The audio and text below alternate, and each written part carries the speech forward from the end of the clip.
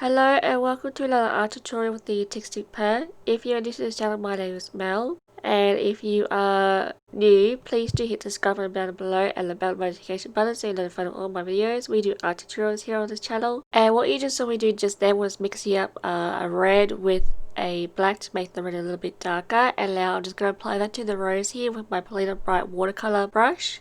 I am now just applying the red paint and I am going in circular motions to blend it in. And in order to get the light areas, I'm just using more water, and then for the dark areas, I'm using less water. If you like this video, please do remember to give it a thumbs up to let me know. That way I know to make more content just like this one, and it will really help me out. The brush I'm using, like I said, is a Polina Bright brush, but it's a size 0, and that's because I wanted to use it for the finer details in the rose as well as the bigger detail. And we're just going to continue on coloring the different parts of the rose here. If you haven't done so already, you should check out part 1 of this video, and I will leave a link to that video in this video here. Down in the description box down below, I will also leave details on all the materials I'm using for this tutorial. At the end of this video, there will be links to playlists in the end screen, so do stay tuned to check those out. If you need help with anything artistic, please leave a comment down below and let me know, and I might be able to help you out. I just went ahead and mixed more of a darker red paint, and I'm just using it to add some shadows here to my painting.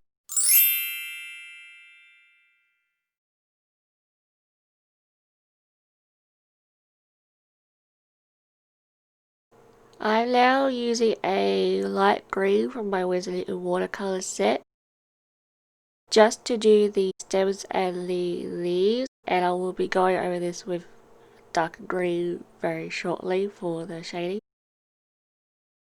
Now I'm just going back in with that same dark red that I was using before just to do some shading around the edges of the flower. Now I'm going in with a darker green around the stems and the leaves to add in some shadow. As you can see then, I just used a paper towel to lift up some of the excess water.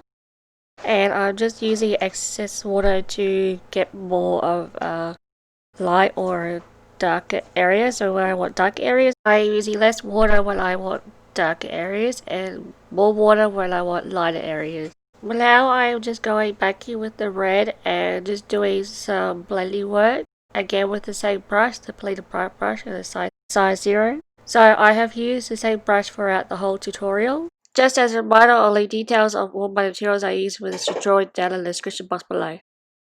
Thank you for watching, and don't forget to subscribe and hit the like button down below and the bell notification button.